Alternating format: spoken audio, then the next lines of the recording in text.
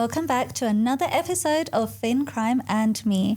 Today, I am joined by a very special friend. We actually became friends in Singapore. And since then, genuinely, every day, if I message her, doesn't matter the time, she will reply. And this is Jessica Chuah.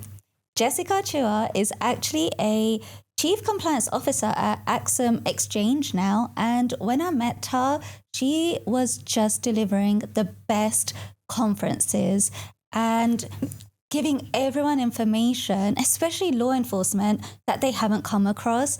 And honestly, that intrigued me. And I guess what they say is, your vibe attracts your tribe. And I genuinely think Jessica is part of my tribe. And we always have the same vibe. And I'm probably sure you're all going to notice how similar we are, not only with how we dress, our hair, but also how we talk and how we relay our information. We can have fun, but we also know how to get down to business. Jessica, welcome to FinCrime Me. I'm so excited to have you on, but also to be in Asia and to have you on. That is so special for me, and I'm so happy that you're here. I hope you're excited too. First of all, Parul, thanks for having me here and welcome to KL. And of course, I would say, I'm a native Malaysian from KL as well. So I hope that the city that you see is really multicultural, it's quite diverse. And they say Malaysia, truly Asia. I hope you're enjoying the ambience and the scene here. Yeah. I am loving it, Jessica. Now, everyone probably has heard about you from me because I love speaking about you.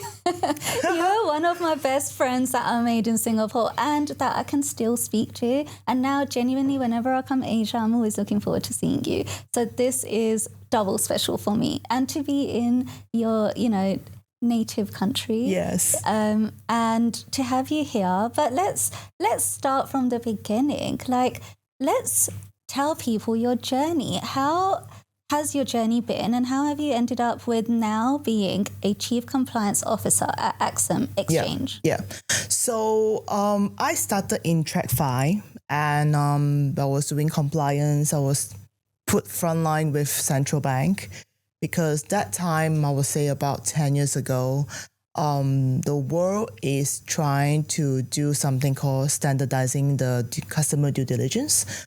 For example, a multinational bank that I worked for last time, they have a very different standard from Mexico, Brazil, as per Hong Kong, Malaysia, Singapore. Mm-hmm. So I was put out of hot soup straight from Big Four, jump straight, and I was just handed the job. And that transformation really changed my entire career path. Mm-hmm. And after that big transformation that I've done, I wasn't feeling too well. So I took a hiatus. Mm-hmm. I was renovating my house. I got a new house then.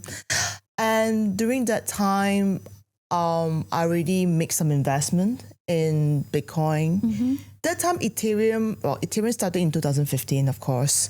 But that time, 2016, 17, I just thought that why no one is talking about compliance in Bitcoin, where I came from fiat world, where everything we talk about, Wolfberg questionnaires, we talk about Basel, we talk about all this governance that is so rigid and it's already out there. So I started doing very small projects. That time was just more like self-regulation. Mm-hmm. So if you still remember during the ICO booms, everyone wants to present their white paper. Yeah. And there's a component of self-governance. And I've done so many of it. And when the time matured, coming about 2019, there's an era about everyone wants to have an exchange. And I was just thinking that, wow, everyone wants to be New York Exchange, Stock Exchange, or any stock exchange like NASDAQ. Exchange is literally like that. So I evolved again into a compliance role where last time I was an analyst, I was trained, I was sent to all these courses Now just say, okay, put on my thinking hat. It's just a different business, but the governance and CDD is the same, supposedly, because there's no explicit guidelines. So what evolve? And back in 2022, as a user of one of the top blockchain analytics, I was getting a bit bored for being compliance officer for about 5 years. So I was doing the same thing, talking to regulator, getting into licensing modules. After that, move on, transaction monitoring. I deal with so many vendors. So one of the top blockchain analytics asked me, do you want a career shift? We're looking for a country manager in Malaysia. Like I think you can be that person that the company can work with the law enforcement and we can start building something together. So the whole pitch from this guy, which is my ex-boss now, was appealing because I just thought that if I can evolve a bit more, I learn a bit more. And he used the word building. So it touches me very deeply. In some point of my brain, I just thought, since it's decentralized, it's really nothing to hide. So why not build use cases? So for the past 4 years in blockchain analytics world, I did build many use cases. First is just to listen in the pain point. And then blockchain analytics to what you're doing in investigation is really the end part. The first part is really like the pain point, the prescriptions, what they wanted. Then you have to think on who are the actors, what's the MO. And you know that we talk about this crypto crime was transnational. So you need to fit in the pieces together. This is where the international law enforcement where we work with, a lot of them will come in because there's certain level of you're privy to some information, you're not privy to some information. And that's where we met. And that's where I feel like it's fun because much like my hobby, rock climbing, I am really engineered to solve problems. This is really me since young. So I just thought this is fun. But until recently, because I have other projects that I am pursuing, so I really can't do a full-time sales job. So I have to take a step back, mainly that I might be pursuing something academically full-time. Right. So I have to step back a little. So just to reset a little bit and think about what I really want. Yeah. And to give you a bit of time to focus on other endeavors, I guess. Endeavors. Yeah. 4 years is a long time. Doing something similar, I've already seen the pattern. I know where is the stopper, where things can move forward. And this is really my personal opinion. There's still a lot of things is prematurely or is not at the right adoption rate at the moment. Right. We are, I would say, above the trend, where you really need to get this sink in a little bit. Then you can get more information. FYI, if you want to talk about KYC information, still, even there's FATF recommendation 10. If you ask people for information, they're going to talk about, no, this is how I do KYC because I only have this level of information. I give more. True. So, I mean, is it your job or my job to solve this or an international body like FATF? At the moment, it's just maturity. If you really understand the risk, you won't even have the discussion. If I want to do business with that person, prior to development of any business relationship, I need to know you. I will think, okay, the risk is here, jurisdiction risk is here, business risk is here. I know you're sort of like medium to high risk. What is my mitigation factor? You won't think like, am I just giving you a piece of documents? I won't say more, but the underlying principle is that if you are in risk in business, you really know how to measure risk on your own. So this is where I feel like there are some pain points that is beyond our means or our ability to do it. So I'm taking a little bit of a reset mode and to really think about what I want at the moment. Yeah. That's very interesting because the crypto scene is always moving. And, you know, just the other day, I got so many messages from people wanting to join the crypto scene, and they're from traditional finance or law enforcement. And I think sometimes they don't realize how fast-paced it is, what the pain points still are. So I think some of the things that you've just mentioned might be part of a scope that a lot of people do need to look into. I'm always finding that it looks glamorous from the outside until you probably work in crypto, and there's a lot more to it in the behind the scenes, you know? I'm lucky because I started like probably more than 10 years ago, because I followed through the whole motion from just Bitcoin and 2015 there's Ethereum birth. And there's only two. What you talk about cross-bridging, what you talk about swap, that one come way later. And Way because I'm in the industry and I talk to victims, I talk to compliance officers, I talk to police officers, I talk to investigator, they told me things and there's no answer. I'm even talking about prior to ChatGPT era, like prior to 2022 December. I'm really putting into like, oh, we have this kind of things presented and there's no fixated way to approach it or the methodology to approach it, because every situation come in very different. I as an investigator, I'm sure you hardly see any case is exactly the same. Probably the MO is the same, like the scam compound. From this Cambodia is roughly like 100 km away from this scam compound, more or less using the same way. But if you look into every, because I do a lot of KYB, know your customer and know your business. And I tell you, all the profiles are very different. So when it comes to this kind of very peculiar, unique scenario here, there's might not be precedence you're looking for. And can you imagine you are just entering into the scene, especially nowadays there's a lot of like stablecoin issuer. They certainly want to involve a lot of practitioners or maybe compliance officer. The first question everyone is going to ask, where do I start? I should be learning tracing or regulation, or what is the model that my boss want to issue to the issuer, to the market? So is this a finance question? Is it a technology question? If you ask me about a fintech question, I have a very simple way of summarizing it. It's always F before the T, alphabetically. It's a joke, but it has to think on the finance part before technology. Before the tech, Because the tech is the enabler.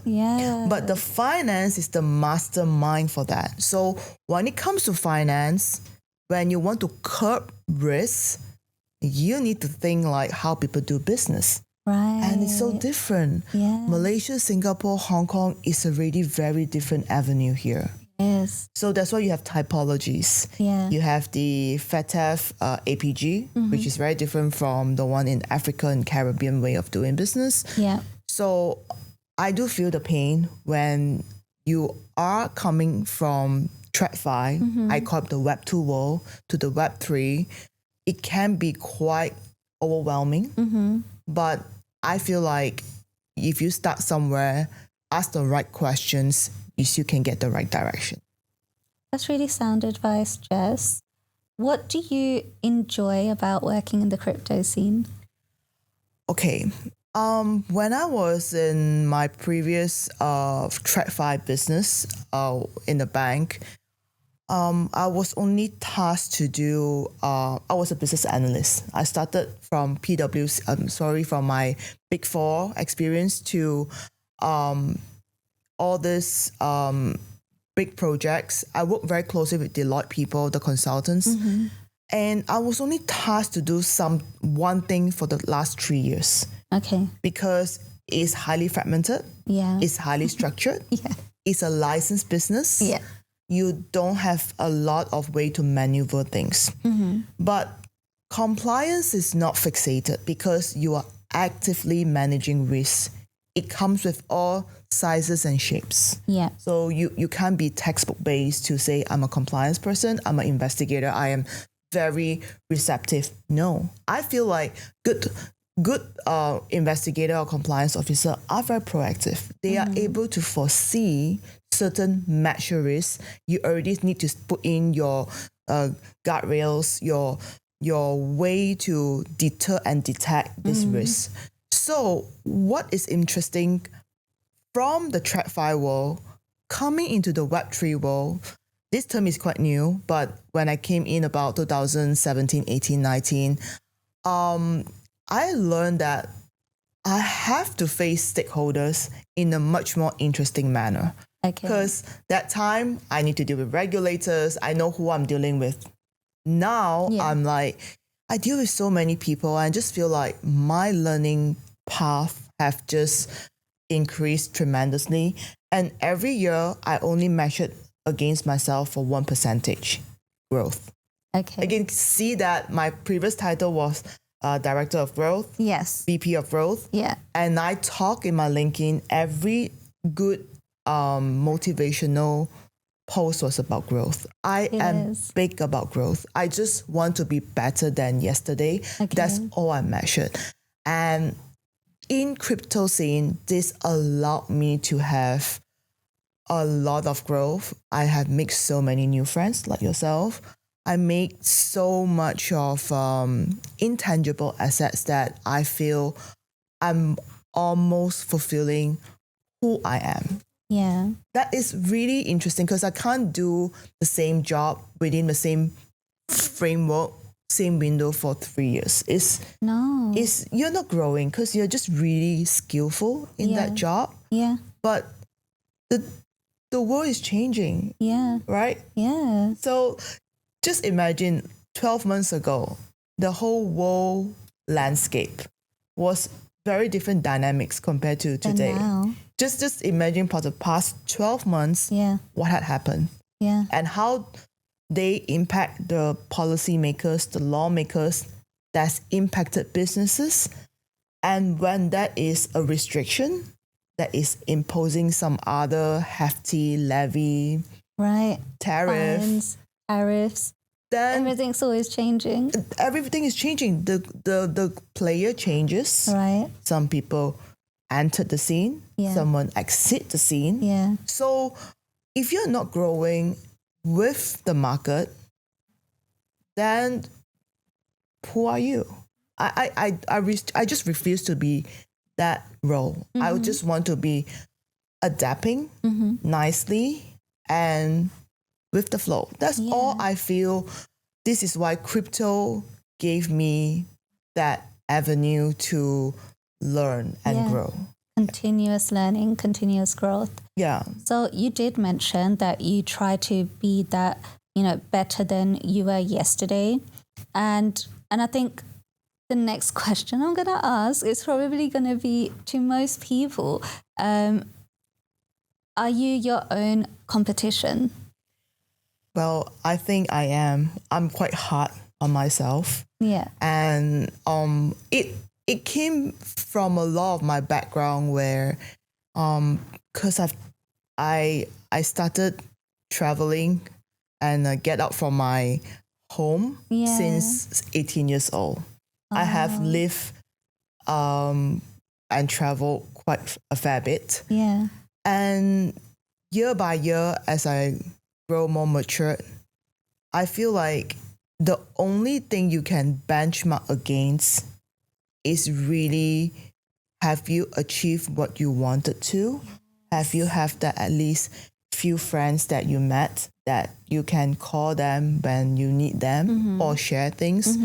Or have your development in hard skills, like say certifications, have you changed? Because every certification also have an expiry date, right? They say recap, and this is what things have changed, you have to sort of do another You have course. the most certificates I've seen. Yeah. Genuinely. Every day I will log into LinkedIn, guys. If you follow Jessica, I mean, even if you don't, you better follow her now. But every day I open LinkedIn and she has a new certificate. And I'm just thinking, how do you have time to do all of these certificates?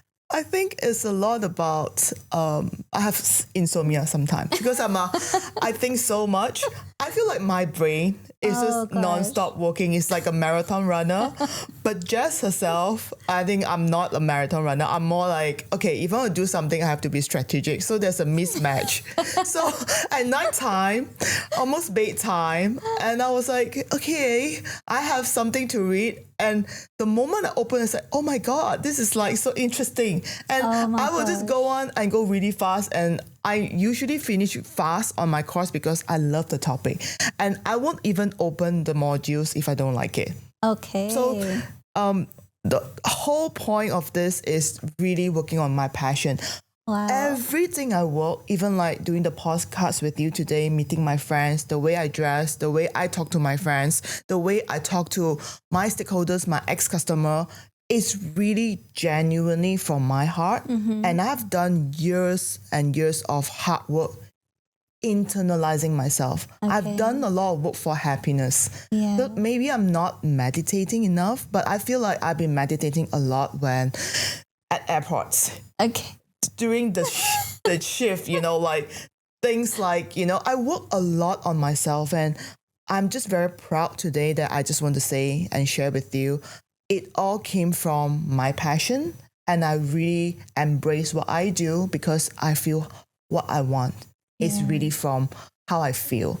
And that's it. No one forced me to do anything. Like I can just go to, say, Laos. That's one time I went to Laos for a conference. Okay. And my mom was like, we need to buy extra insurance for you. I was like, no, Mom. I was like, we're doing United Nations work. It's like, we have to go. I was like, but it's like, Mom, it's okay. I know you are doing the mommy thing, but I feel like I have to fulfill what I feel like. Yeah. So whatever I'm doing now with the international agencies, whatever happened, I really truly embraced my experience, and I made a lot of international friends, and I learned the most. Yeah. Really, books are a good tool. I learned the most from my friends, my customers, and the victims I talk to. And they have given me things that I cannot find in ChatGPT, guaranteed.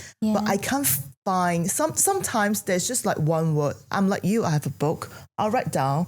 And when I'm free, I will look at that and say, that is an adhesive, so something else that I have experienced that. Let's expand on that. And that's how I write my LinkedIn article as well. It doesn't make sense. The previous article does not link with the next article. But if I tell you, it's all coming from this one little book. And this is how I feel, especially the notes that people have given me. Just one quote, I keep it. And then somehow it will just flash back and I'll work on that. It feels like a songwriter sometimes. It's just that I'm deaf tone in some sense. I'm not really good with musical instruments. But if I can be a bit more talented in music, I'm sure I can be You probably would be able to do it. I bet. Well, I'm going to see your LinkedIn in a week's time and she'll have a certificate for musician or something. No, music is not really my thing, but I feel like writing is my thing. Yeah. But I've never been to a school for like journalists or writing school. Wow. I'm trained in more like corporate, thesis writing You do really good writing. I feel like there's lots to improve on, but I write from my heart. Okay. Every sentence, it all makes sense from my heart. Yeah. If I don't feel like it, I will take it out. And that's why I'm a bit OCD in terms of reviewing. I can write very fast, but the reviewing part, like maybe your video editing, I feel like we are the same. We are so OCD, like, oh, is this like up has to be perfect. That's why you back to me and say, are you comparing myself? Am I the hardest against myself? The answer is yes. I only have one person to benchmark against. That's me. Because I feel like I just want to be Jess the best version of herself. That's so beautiful, Jess. And I think that's always what we should strive to be, is our best version of ourselves. Because, comparing to others isn't necessarily going to help. But, as they say, comparison is a thief of joy. But it's also, sometimes your path is your path and you have to own it. And that's what I really love seeing about you, is that you own your path. You are exactly how you are, but you also know who you are. And that really is what attracted to me when I first met you. Like, I just knew you were so sure of yourself, and everything you're doing, whether it's your next move, whether it's another certificate, or whether it's about assisting in something, you just do it because firstly you want to, secondly you're so self-assured, and that's so beautiful to see. So I feel like you are going to be the most comfortable version of yourself under your own skin. Mm-hmm. You will be very tired, and it's a daunting task if you're trying to be someone else, because it's quicker to achieve success on your own way and be yourself than just going in like, okay, I feel like this is a role model, I will follow his way or that way. Again, I'm not trying to promote rock climbing again. I would like to share what I do, and it's not a mantra, it's more like it's my thought process every time, on every day that I'm achieving or I'm problem solving. I try to copy people's beta. Beta means that how you achieve from point A to point B in rock climbing. It's called the beta. It's the workflow method. Okay. And you can't copy anyone's beta because your height, your flexibility, are you like more lean, or you are a bit more chunky, but you have other strength, things like that. So you cannot copy everyone's beta, except you try and error method, and you're perfecting every step so that when you reach from bottom to, we call it a project, you will see that the moment you're in your own beta, the whole thing flows. The flow is really a magic to me. But when you're trying to become someone, like that guy was trying to do this, let me copy him. That after copy, you need to have that few seconds of thinking, what's next? But if you're being yourself, the whole thing will just work on its way. And it's very hard for me to explain that until you try that. And I tried this maybe a gazillion times, and I feel like it's just easier because I know who I am. And I know how to read the beta, projecting it, and I know how to achieve my goal with my own way. And that is what I've been working on. Like, the crypto thing worked perfectly for me because I feel like it allows me that a lot of flexibility to really flex my muscle in ways to solve problem. I'm not saying that Web2 is not good, but I feel like when you're too fixated into certain policies and protocols, you take away the creativity during decision making or problem solving. Your results might not be as ideal as you're given a bit more flexibility to be how you're going to achieve it. And because I went to a business school, and a lot of this business philosophy, it comes through when you want to like serve your customer, you need to really give that X factor in. And that X factor, you can have a lot of academics trying to write a paper on it, but there's no formula. It's just being you. And you're so unique, Paru. Everyone is so unique. Yes. Yeah. You are right. We are. We should own it. Everyone that's listening to this episode, I really hope you do take that additional part away. As long, amongst everything else that Jessica will say, own who you are, own your own characteristics, and also own your own journey. So speaking of your journey, Jess, in the APAC region and as a female, how is it working in crypto for you? I would still want to say there's equality, but equality doesn't mean work dynamic is equal. I want to go a bit in depth on that because you like it or not, I talk about this topic in some of the previous podcasts I did with my friends. Mm-hmm. The senior level or the senior leadership roles are still pretty male dominated. Mm-hmm. Okay, I can name like the CEOs, the CFO, the product guy, the CTOs. Okay, of course, male have more structured brain in terms of logic thinking, creating products. That's really their forte. But I feel like if you want to zoom into APAC, crypto scene, I feel like there's still more equality can be done. But I can still feel like there's a lot of old boys network is in play. Mm-hmm. And I don't think that it's all equal, but it really comes to what you had to offer in a company as a unit, as an industry, and as a whole. But for one thing, female population will excel in is our soft power. The ability to sharing intel is really a ladies thing, I feel like. Sharing. And I feel like the outreach that you can have the connection, the real touch, the genuine touch is really a lady's power. I think guys is a bit more structured. They will talk when there's an objective. I think lady genuinely would talk about we want to help, that kind.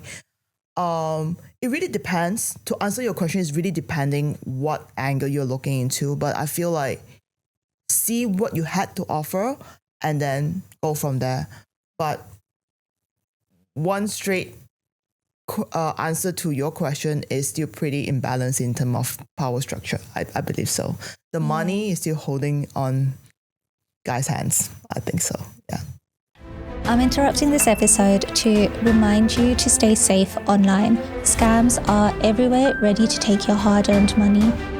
Please ensure that you do not share your passwords, do not click on unusual or unexpected links that come through your emails, text messages, and even WhatsApp, especially when they purport to be from your bank, card company, the government, your crypto exchange, and even family and friends.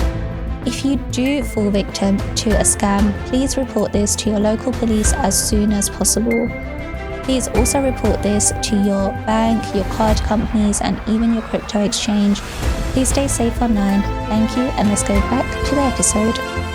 I think you're right in saying that there is a lot more, schoolboy networks is the way we say it, because I do tend to find, men tend to... I actually spoke about this in one of my other episodes with Joyce, which is where we spoke about how there needs to be more of a female networking opportunity or having your own support system, because men do tend to do golfing or going to the pub if you're in the UK, for example, and there isn't enough spaces for women. But you've actually still managed to climb ranks, and your journey in that is quite amazing, because you not only went from TradFi, you have been able to climb ranks pretty quickly with crypto side as well to now be a chief compliance officer. So how have you navigated that, and did you have any obstacles? Well, first of all, in the compliance scene, I was a compliance officer before. So I have just stopped for 4 years because I was in the vendor space. Mm-hmm. I do it because I wanted to build use cases, and that was the reason why I was there. But prior to that, all my life, I've been in compliance for more than 10 years. Mm-hmm. I have all the major certificates, which is the least I want to show off on that part, is because I've done the job multiple times in multiple regions. I've done multiple different sectors of applying licenses. First, I have something to offer to the company and to the ecosystem because I am really a financial crime fighter through and through in my blood. Okay. Yeah. But when it comes to the dynamics about climbing corporate ladder, like getting a C-suite or even my previous role in VP of growth, Paru, I just maybe look like a very bubbly person. Like people say that you look really good, you look charming in front of cameras and, like Which you do. and conferences. There are nights and there are weekends I revisit my favorite book, Sun Tzu, Art of Sun Tzu. It's a 2005 years old Art of War. Yeah. And That's the book that you told me to read. Yes. And you actually told me to read that twice, not just once, not even twice. You just say read it anytime. Yes. Anytime you want to be motivated, you better read that book. Yes. It's not because I read that in Chinese and because it's the ancient writing, I couldn't understand because it's not like when you read a book, it's not reading it. It's about getting the underlying, reading in between the lines, right? So there are times that I reread and I have to sit down and regroup what had happened. And let me tell you, I try to cut off emotional connections when I'm getting frustrated. Okay. I just going to go straight. Why the person had just say something like that? Why they behave so? And most of the time, I just know it's positioning problem. That means that it was something that they wanted and you are the problem. Or they are self-interest. So you need to think now, am I removing myself is better or I just go along, like play along? So it's positioning when you have a conflict. So you need to really decipher and sit down and be calm and look at that. And because I do not have family, so I am still pretty much myself and my cats. So this allowed me to have the flexibility of calm down, do the things I want, upgrade, read my Sun Tzu book and things like that. But it's not easy. And I have to work on those things. It's not, I just can just do it. I have to rethink, re-strategize and decipher and be very objective in that. And partly because of I have very good hobby, they take away a lot of me detaching from the situation. And because I have rock climbing as a hobby, I was trained in that way where approaching problems is really finding the one nearer to your own way of solving it. And most of the time, it works and I survive. But whether I do it beautifully, that's a lot of, they can be debated in many ways. But I feel like my guidance and my compass to this day is really being true to myself. And one thing, if you do not know something, I often just say, I'm so sorry, this might be my shortcoming here. I don't have the full information. I will come back. And I will constantly find ways to improve it. Yeah. And I feel like that's the only way you want to be in this male-dominated, fast-changing. And now my other challenge is I'm dealing with more millennials and Gen Zs. Yeah. They will be thinking, oh, Jess is like, she is a piece of work, man. She's so serious, But you're not, but I get it. When your killer mode is on. Yeah. Survival instinct kicks in. Yes. Yeah, so I have no choice but to just do what it takes to navigate through, sail through, and learn from my mistake. Yeah, I accepted that I have done so many mistakes, and these have been building up my immune system. Okay. And it's like building my muscle. Yeah.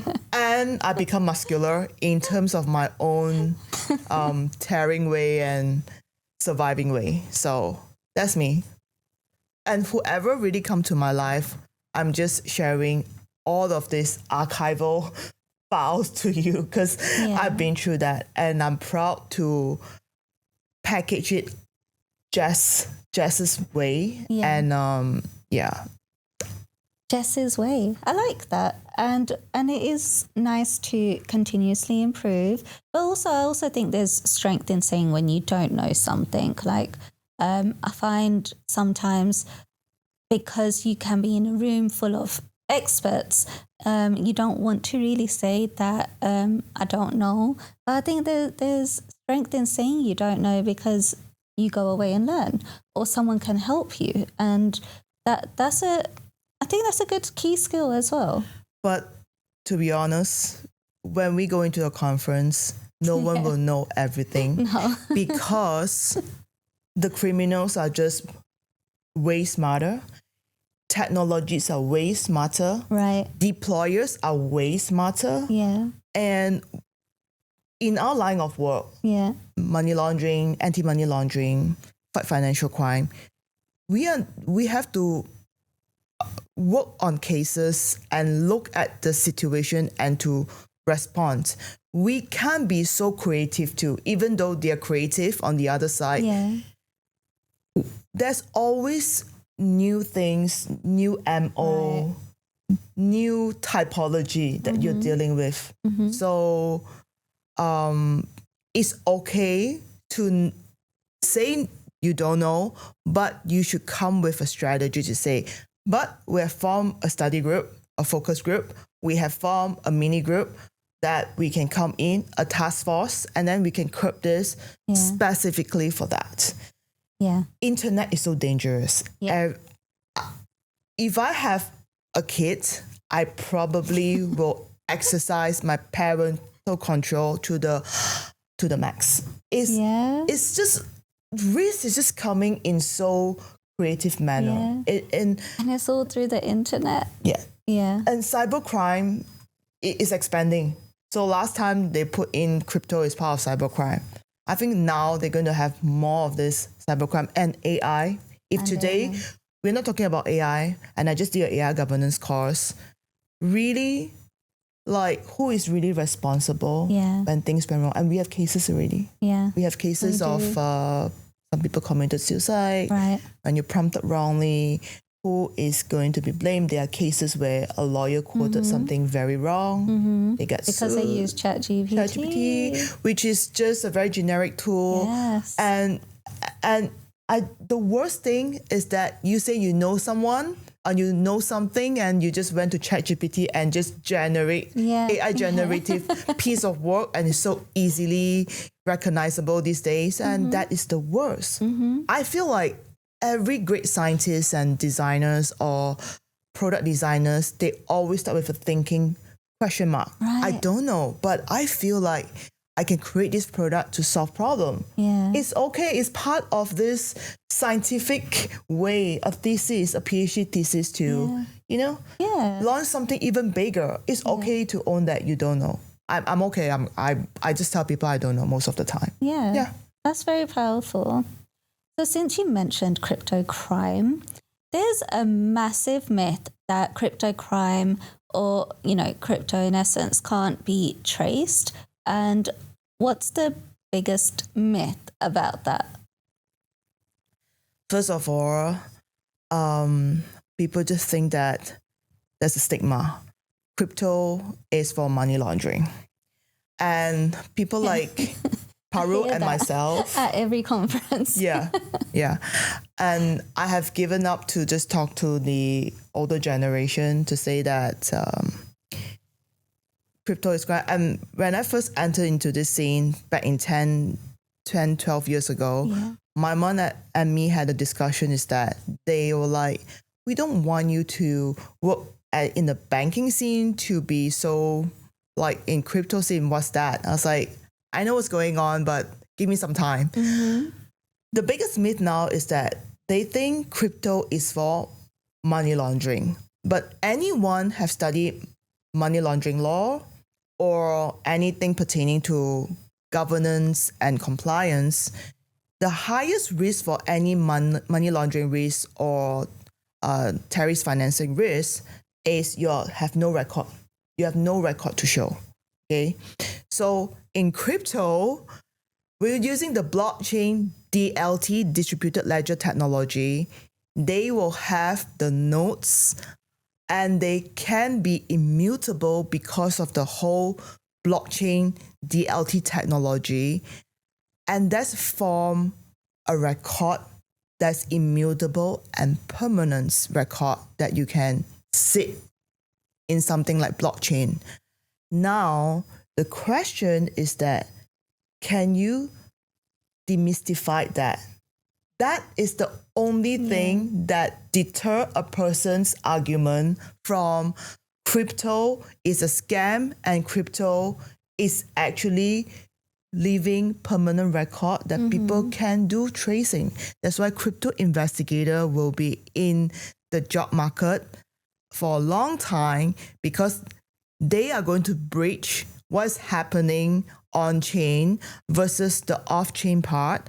And people need this specialist, and like yourself, who is very prone to investigation, to fill out the Web 2, the Web 3, the on-chain, the off-chain information into a piece, whether it serves as forensic or you open a case for prosecutor. Right. Without all this, you can't even have a case. Because I've seen people coming to me to say, Jess, can you help? They give me a wallet address. And I was like, yeah, there's one data point here. Yeah. They tell me it's Bitcoin, but I look at it, it's an OX wallet. You know, things like this. Yeah. Crypto compliance is not easy. If you think the Web 2 compliance is easy, let me tell you, this is harder, because you need to learn like a technologist. You need to learn like a crypto investigator. You need to learn how to read information that is all decrypted in that sense. Yeah. Before you can put that with a KYC file, which is an off-chain file. Do you see? It's a complication of the whole entire scenario. Because you don't know, you can easily say crypto is a crime and it's a scam, because it's easier to say it this way. So for our listeners and those that actually want to, go into financial crime when it comes to crypto, how does a crypto crime investigation actually start? Okay. Well, in the normal Web 2 world, if you are doing investigation work, you need to deal with papers and bank statements and most of these paperwork stuff. And if you don't even have that kind of inquisitive mind to dig further, crypto is harder. Because at the moment, I just last checked, like last week, I just had I just did training, corporate training. We did the exercise on a coin market cap. There's 9,000 coins in coin market cap, minus all the possibility of launching stablecoin issuers. Yeah. Okay, if it's like open loop, that will just surpass 10,000 very easily. And in crypto scene, the hardest part is not the privacy coin, the Monero and the Zcash. The hardest part is where this person who is moving from Bitcoin and they use swap and go to Ethereum and they go to different currency. And if you do not have the knowledge and the tools that is correct, one hop and the other hop going in depth into which currency can be quite confusing. So again, if you are not having the compliance kind of analytical mindset, going into crypto, you need to equip yourself with technology and also the crypto blockchain things, and it's going to get very, very complicated for investigators. So it's like basic level, being an investigator.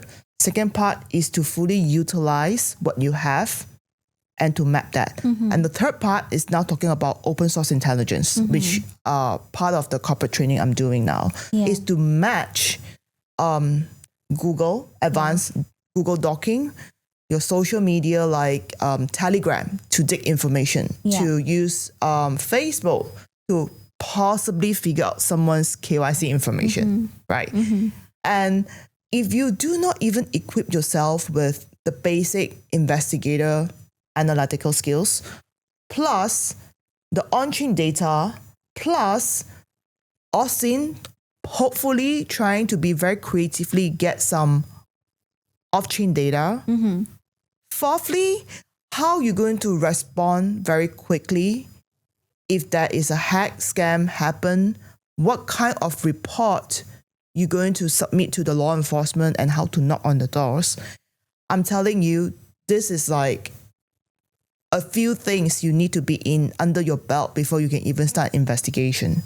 I think it's glamorous now because everyone like suddenly, when Bybit started, wow, there's more viewer than the one laundering it. I think whoever is moving money for, who had the hack kind of wallet, they were a bit like the hacker was like, oh my God, should I do this? Because everyone is traceable, you know? Yeah. And that is probably a glamorous side. You can write a blog about it, write a LinkedIn post about it. But it all started from a small piece of information from Twitter.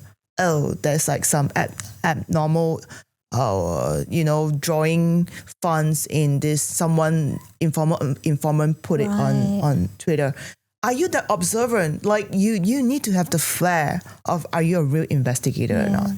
Being an investigator is hard because you are thinking outside the box. You're looking for the possible way where people will never possibly think of to connect the dots because you are reacting to someone have caused the whole scene and you're trying to link and join the dots. So I feel like if you have that skill set, welcome to the crypto investigation world. My experience was when we have trained the police officer who is very new to the tool, they are so excited. They just keep on clicking. Oh, next. And best is the peel chain. You just click and everything connect together. And then they come and ask me, and Jess, can you interpret the graph? And I was like, every movement on the graph is a judgment call. Okay, you should be able to make the judgment to click one part to move on. And along the line, you have to be so skillful to minus and cancel the noise, the pass-through accounts, the one that they put on MetaMask wallet. Just the amount is exactly the sending and receiving, and it's a very new account. You should cancel that. It's not supposed to be on your graph. But if you're not, you just like anyhow. I feel like I'm achieving something, and then it was 50 hops away from the original wallet, and you have to redo again. When people trace through exchanges or services, and you can't. But on a tool, it's so easy to just keep clicking, and that's not the whole part of being an investigator. Like you have to know when to stop. You have to know how to interpret information that you're seeing as well. And it comes with that because if you want to report a case, the police officer will do the normal things that they will do. They will ask you the checks, and is it even a real case? Right. Because scam compound probably have thousands of wallet addresses, and to make sure that this scam compound and that and this is the same scam compound and not this belongs to that scam compound and not the other one, it's all encrypted. To decrypt that, you need to have very strong judgment call.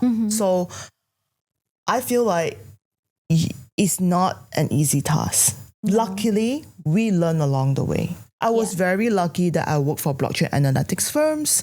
Along the way of the upskilling, I read a lot of reports. I work with law enforcement. They taught me a lot. I read the United Nations typology report. I learned from this researcher who are amazing in decrypting how this MO and how they do business in a new manner. The scammers are doing business in a new manner. I learned really hard. And I spent so much time reading, and I still feel inadequate in many ways. Because a good investigator really comes from experience. It does. And you also mentioned like some of the investigations start from a tweet. Is that how crypto crime investigations start? So how does it, when it comes to financial crime investigations, traditional TradFi would be a victim report or whistleblower. Or a whistleblower. Yeah. But in crypto, can there be a financial crime investigation informative in a different way?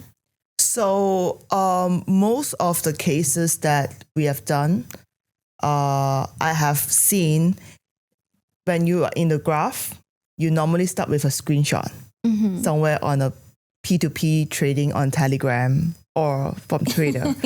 Because this is a very lean way to share information now, because it's just that one person want to share it to all. I feel like if you spend enough time in Twitter and P2P, there's so much information that it can link. And because it's a wallet address, first of all, you have to screen it before you can analyze it. So compared to TradFi, like what you say, is either a victim or is a whistleblower.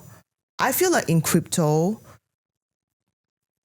if the victim's voice is heard, it can be from police report. But you and me, we are not from law enforcement or public sector. This information is not privy to us. But for a good investigator that I've seen, there are already traces that people already put in Twitter or Telegram prior to things have become big. And good crypto investigators are constantly monitoring that in Twitter, because it's the quickest way to do it. Yeah. So and Telegram. The Telegram. Yeah. Those addresses are probably instantly out there before we might even be privy to it, you know?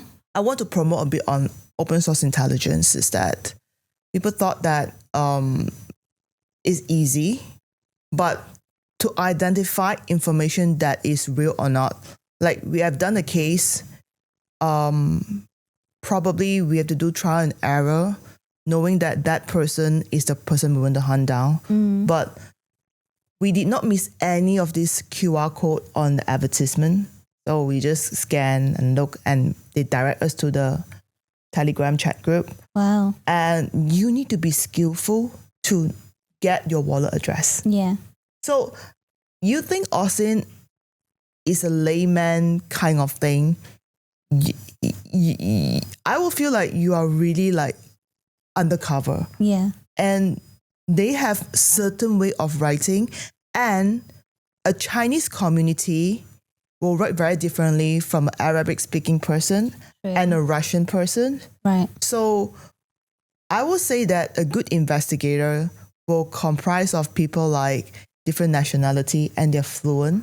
So this is really, I feel like a good investigator should have, is that they know what's happening. They are very good with the tool. They're very effective and efficient way of getting informatized information and put it together. And the secret weapon is that they have a language on their own. Like when you're talking like a Russian, you speak like a real Russian, because if you're just like not a native speaker, they won't give you that info because they can feel it. So I feel like a secret weapon is a language. It's a language. Like a native language. Because when you're hunting, you're talking about local data. Right. So one thing about blockchain data is that they have no identity. It's just plainly on blockchain. But in real world that we are staying, there's so much subculture. There's so much of this local data that form a community. How you trade crypto, they have their own nuances as well. Right. So we have to break through that as an investigator. Yes.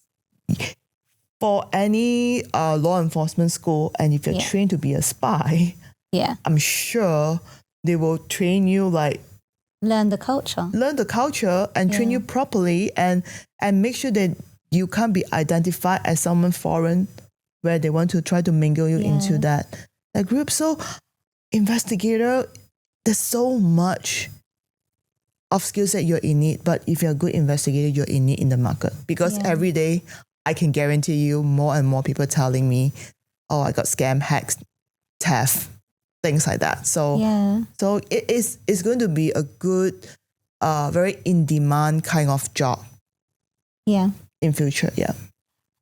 And also, I think what you've said is so key, is understanding a different culture, because, you know, my background is African and Indian, and I already know where, you know, most Africans use M-Pesa, for example. The way we communicate is different. But if I was to look at the Indian community, it's so different, and how they would, you know, send certain messages can mean certain things, and that's not transferable to every community. It's not transferable, and you're right.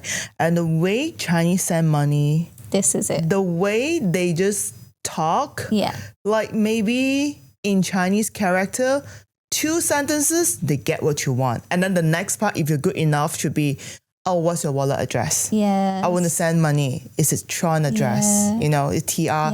Is a Tron address or ERC 20 token. Like, this is how good you should be. Because you're localizing your practices and to hunt for local data. Because when I always say this, transnational crime trying to fit into jurisdiction law is almost impossible for you to really put things in perspective. But if your investigation skill set is so good and you apply or seen true and true, I feel like this is a new way of investigation. With the APAC region in particular, how are you finding it? Because I always find there seems to be a lot of change in regulation, you know, whether China will get their stable coin, you know, one month they say yes, another month they say no. How are you finding that? Okay. Asia Pacific is a very fragmented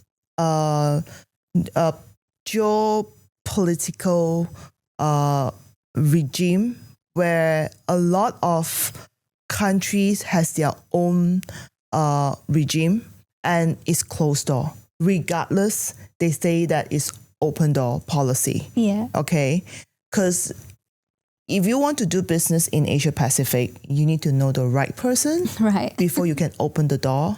So I also want to share this. When I work for international firm, the international blockchain analytical firm, they always feel like it's very easy that they can just fly from the Western world to come to Asia Pacific and just go straight to the law enforcement. They do not know that every step that you're doing is through a trusted party. And the vetting process started the moment you send the email. It's not open business, but looks open business. So when it comes to policy, you can have it in a country, but they are not harmonized like MiCA. When it comes to this non-harmonizing, how are you going to find information? It's through trusted party, because this is a very collectivism way of doing business than just very individualistic. So the way you want to be investigator in this avenue, your skill set has to be, I would say, quite mature in that sense. When it comes to doing business, understanding the regulation, like I used to manage 14 countries. Technically, Jessica needs to speak 14 different languages. But somehow, some of them are okay to speak in English, like Thailand. But Malaysia, where I come from, all the formal documentation is in Malay. So, do you speak Malay? No. Exactly. And I wouldn't even understand half of it, even if I interpreted it. But you can come in and do business. Say, for example, you're not in frontline, but say you want to do in business. They will cordially welcome you, bring you for like dinner. But when it comes to business setting, you're not inside. No, that is true. And I do notice that. I think that was one of the things that I personally did to, actively participate in the APAC region was just take my time to actually meet with law enforcement, to meet with key stakeholders. And that really did help build a rapport. And now I was invited, at the same conference as you. Otherwise, it's very difficult to actually do that. A lot of people think that building is easy. Building takes time, it takes trust and your consistency, and they were vetting you at the very beginning. Mm-hmm. So these kind of intangible assets, people thought is transferable. When it comes to like from Western world, where you come from, when it comes to like the local scene in Southeast Asia, especially Southeast Asia, you think that you were trying to make that superficial greetings and things that you normally bond. do. Yeah. But they were just not buying it. No, they are assessing it way more than actually everything that you were doing, they already assessing it. And you thought that it was just okay to just like be cordial and all this. You need to take years to build that. It does. And this is where I feel like the conflicting way of doing business and the localizing business, somehow we all have to do better in that sense. Yeah. Yeah. Well, Jess, we are getting to our last segment and you get to choose your question, but it will depend on what asset you choose. And in the crypto world, we love our assets. So do you choose between cash, crypto, or commodities like gold? Crypto, 100%. Crypto? So the question that will be assigned to you is, what do you hope listeners take away from your story today? Okay, I feel like in the crypto scene, it can grow really, really big and it can be quite business friendly. But I always believe that if you do the right due diligence, which is not exactly the same of how TradFi was doing, you need to screen the wallets, you need to look at white paper, you need to look and talk before you want to establish any potential business relationship. You need to be careful because when they say internet have history, blockchain is even worse. You really can't delete it. So I feel like a lot of people, when they have a project, they get very excited and they just anyhow give out airdrops. They just give out they throw yacht party. At this era, if someone just say, hey, come to the yacht party, people already they get a bit like, they raise the eyebrow. Those days were gone, I would say. Crypto these days are becoming mainstreams. And worse is that every mistake that you make, the blockchain and the internet have permanent history. So be really, really careful when you're selecting a project, but involving in any projects. Please do due diligence, because as a practitioner, I always look when someone say, oh, I got into a bad project. When I ask them, what makes you want to get involved? The first thing they always say is, it was attractive in the beginning. Yeah. Of course, it's going to be attractive in the beginning. But when things happen, I don't think that blockchain is something that you want to mess up with, because there will be on-chain data that is permanent, and there will be a lot of people writing about that. I don't think we have ever really recovered from FTX case. Yeah, that's still used as an example in most cases. And it's 101 basic corporate governance, criminal breach of trust, and people can just very easily fact check. And stories like that should be reminded that you can become rich quick, but please do the duty part, and the truth is always come out, because we have technology these days to assist that. Yeah. Thank you. Thank you so much for that, Jess. guys, that is the end of our episode. And I hope you really enjoyed this episode. I hope you learned a lot from Jessica as well. And I also hope you have some great takeaways. Join the crypto industry, join as being, financial crime fighters, but just be careful with the projects that you might want to do. Also with the skill sets. Yes, it looks glamorous, but as Jessica said in this episode, there is a lot to keep up with. There's a lot of skill sets to also continue growing on. But I think the most important message, maybe for me and hopefully for everyone else in the audience, is own your journey and only, compare yourself to yourself. Be better than you were today, tomorrow, and, continue growing that 1%. And I hope to see you next time on the next episode. Bye, guys. Leave a like if you enjoyed this episode, leave a comment and let me know what else you want me to discuss, and subscribe to stay tuned for more.